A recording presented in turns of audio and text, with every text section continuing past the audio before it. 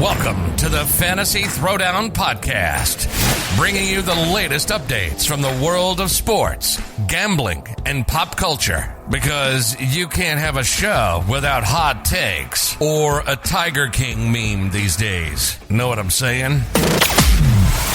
Now, with over 200 episodes and ready to get after it again, here's your host, Dwayne Callender. Welcome to the show, folks. We're going to do a quick rundown with my final thoughts. We've got the injury reports in and the actives. So Sammy Watkins is active for the game tonight. Obviously, we had the big game between the Chiefs and Buccaneers. So here's how I'm breaking down my lineups from a DFS perspective. Because, you know, at the end of the day, it kind of went the way I expected it to break. Kansas City should be favored in this game. You know, the line didn't really change much. 3-point favorites make sense. Expect a close game. So we should have some pass catchers on Tampa's side. The question becomes between Mahomes and Brady, who's going to have more passing yards?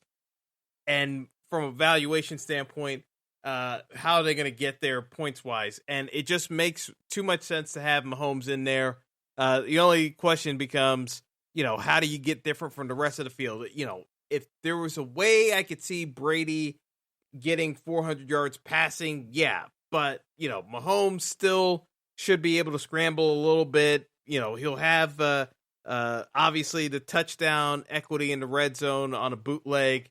It just makes too much sense to actually go with Mahomes in the build.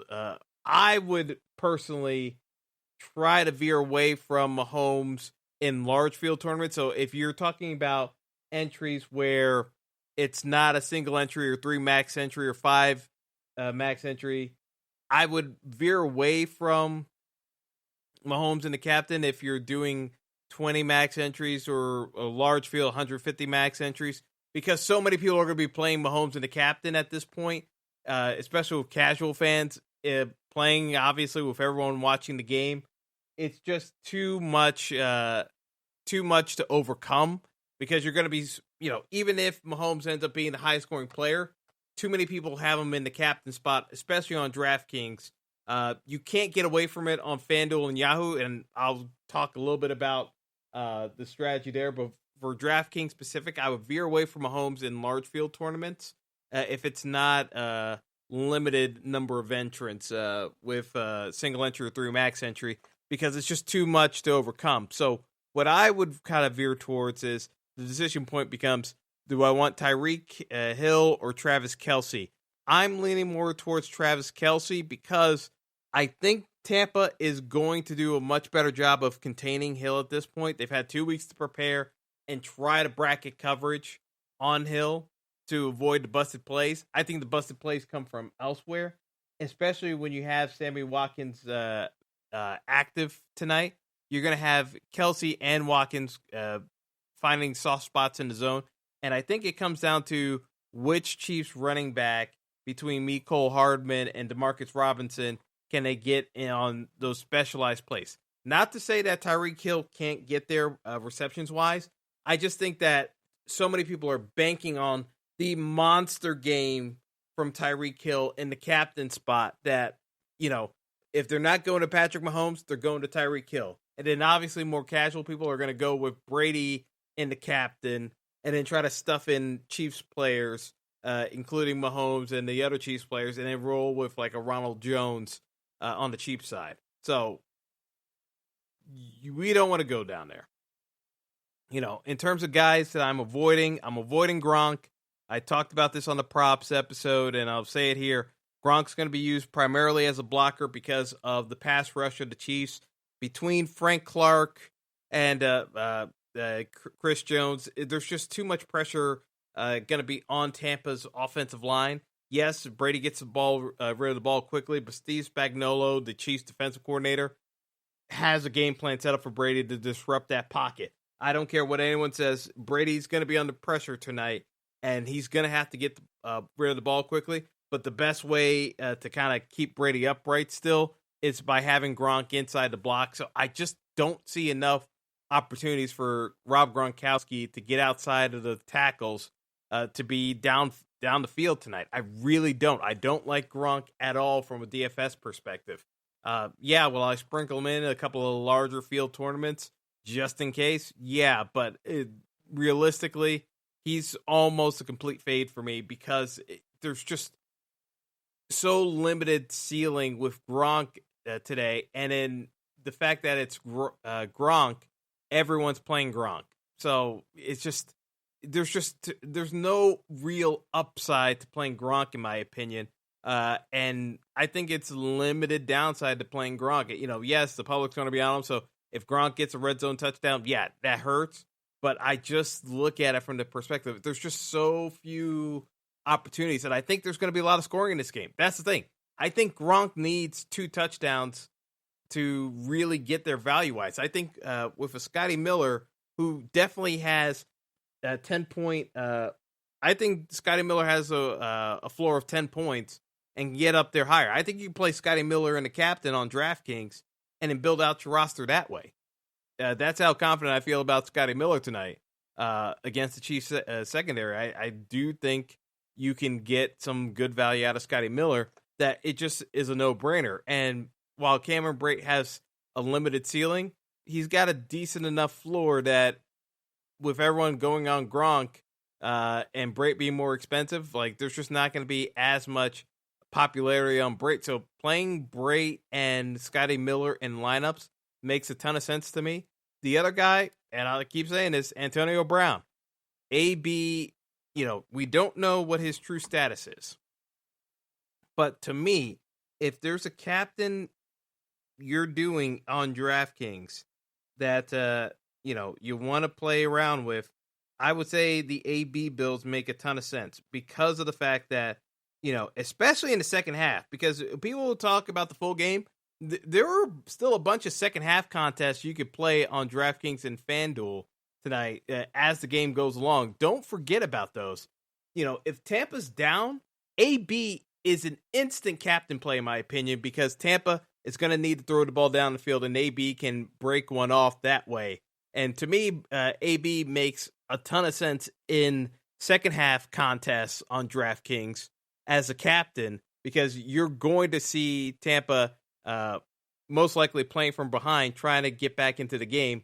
And, you can play your Chiefs guys and you get the cost savings with AB in the captain spot for the second half. So to me, that's another way you can go. But yeah, I'm definitely looking at a lot of builds where I've got Scotty Miller in the captain, and it allows me to play Patrick Mahomes, Kelsey, Tyreek Hill, still keep Tom Brady in there if I wanted to, and play a cheap guy like DeMarcus Robinson. Or I can flip it around and still be able to keep other players. Now, the thing about having Miller in the captain is you usually try to keep some correlation in there where you, if you got a receiver in the captain, you want to play that receiver with their quarterback. You don't necessarily have to, but it's a smart way of going about it, in my opinion. The other way you could go at it is if you do the Chiefs onslaught, you can play Kelsey as the captain, Mahomes, Tyreek, Watkins.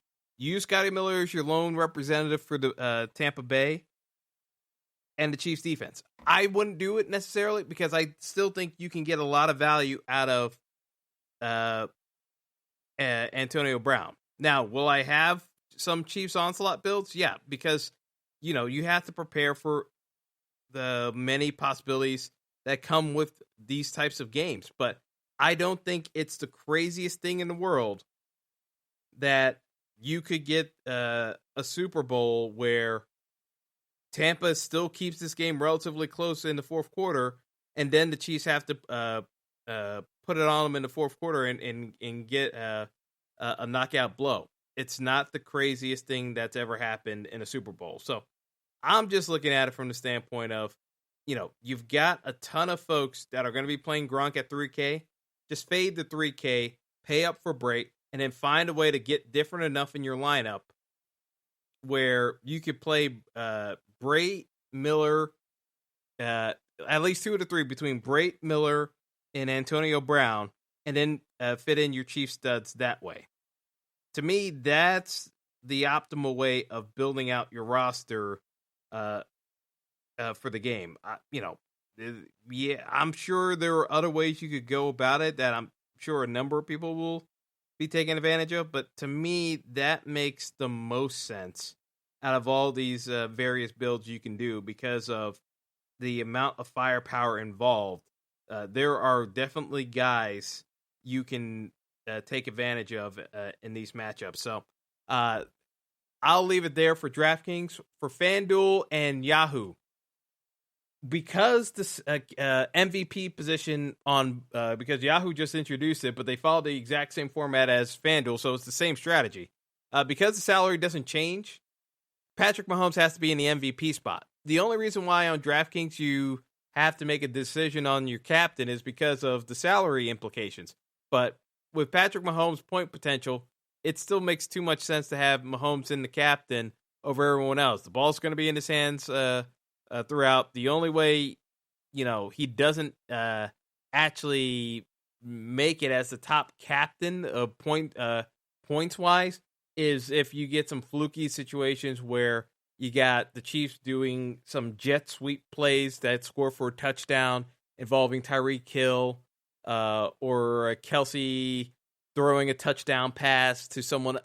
There's got to be something fluky that doesn't involve Patrick Mahomes on the scoring plays, or it's just a massive running game for the Chiefs, which I don't see happening because of Vita Vea in the middle of the field for Tampa Bay's defense. I don't see the Chiefs running a ton. That's why I don't like Chiefs running backs in builds tonight, because of it just doesn't make a whole ton of sense, in my opinion, of how they're going to be able to attack Tampa's defense. So to me, Patrick Mahomes has to be in the top spot on FanDuel and Yahoo. There's just no equity otherwise. And when you have Mahomes up there, you're playing Kelsey and Hill as well. So it gets a lot tougher. I don't really have a ton of exposure on FanDuel and Yahoo for that reason. It's just, a lot of duplicate builds. It brings it on top of you. But I do really like Scotty Miller on the other sites just to get different, because people aren't going to be paying attention to a Scotty Miller. They're going to be focused on Gronk's pricing. And I just look at it from a standpoint of, it's not that Gronk can't do it. It's just that logistically, to beat the Chiefs, Gronk's best asset to Tampa is as a blocker tonight, and just slowing down the pass rush just enough for Brady to be able to spot the guys that he wants to get the ball out to.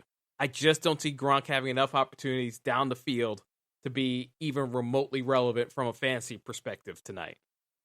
So, should be an excellent game. I expect the game to exceed the over. I really don't see how this game doesn't go past 60 points unless Tampa is able to slow it down to an extent and just limit the Chiefs to punts. I really see the Chiefs scoring a ton of points, but I do think Tampa can keep up with them, even though they're they be working from a deficit. Or if, somehow Tampa gets up early because of a touchdown, that's the other way you can get different, by playing a defense on either side of the field for the Chiefs or the Bucs. Maybe there's an early turnover that goes for a touchdown or a special teams play.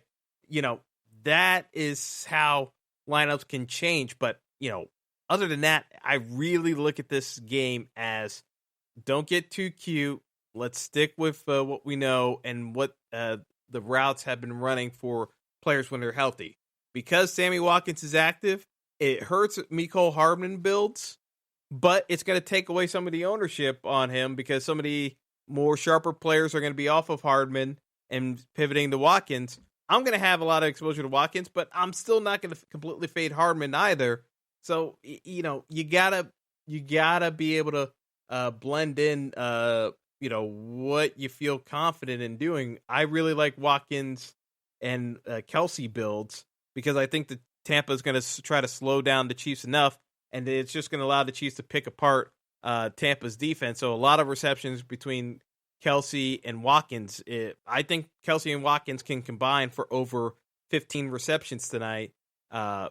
15, like a floor of 15, and a ceiling of 20. I really think they can just pepper them all night long if Tampa sticks to the kind of the shell defense that I think they're going to try to go with to slow down the Chiefs. So, we're going to see. We're going to see how many completions Patrick Mahomes ends up with tonight. But I definitely look at this as a kind of game where I don't see a ton of big plays. But I do think when the big plays do happen, they're going to go for big yards because it's going to be a busted play and someone's going to take it to the house. So I do still believe, as I said in the props episode that I recorded, that you're going to see a touchdown for over 40 yards tonight. I just don't know which side because both sides have burners that can get it done. That's why I like the Scotty Miller play, because all it takes is one play for Scotty Miller to shake loose from someone. Brady can naturally hit him down the field and at least get it close enough in stride that Miller takes it to the house. Miller pays off value at 3,400, and you're in a very good position to have a lineup that's going to be near the top. It may not be optimal, but with Miller, you have a puncher's chance of getting in there because the Chiefs have blown coverages before. It's not crazy. We saw this happen against the Browns. It's just that Rashad Higgins got hit near the end zone, fumbled it out of bounds. Was it an illegal hit? Yeah, but the rest didn't call it. But I can see Scotty Miller being able to do the exact same thing Rashad Higgins did against the Chiefs when the Browns played the Chiefs a few weeks ago. It's not the craziest thing in the world. So why aren't people game planning for that segment? I don't know, but I do like the fact that Scotty Miller's ownership projects to be far lower than it should be, in my opinion, overall. So, like I said, those are the plays I'm going with. Enjoy the game, folks, and we'll see how it turns out. Best of luck to everyone. Thanks for listening to the Fantasy Throwdown Podcast. Be sure to like and subscribe to the show on Apple Podcasts, Google Podcasts, and all other major outlets.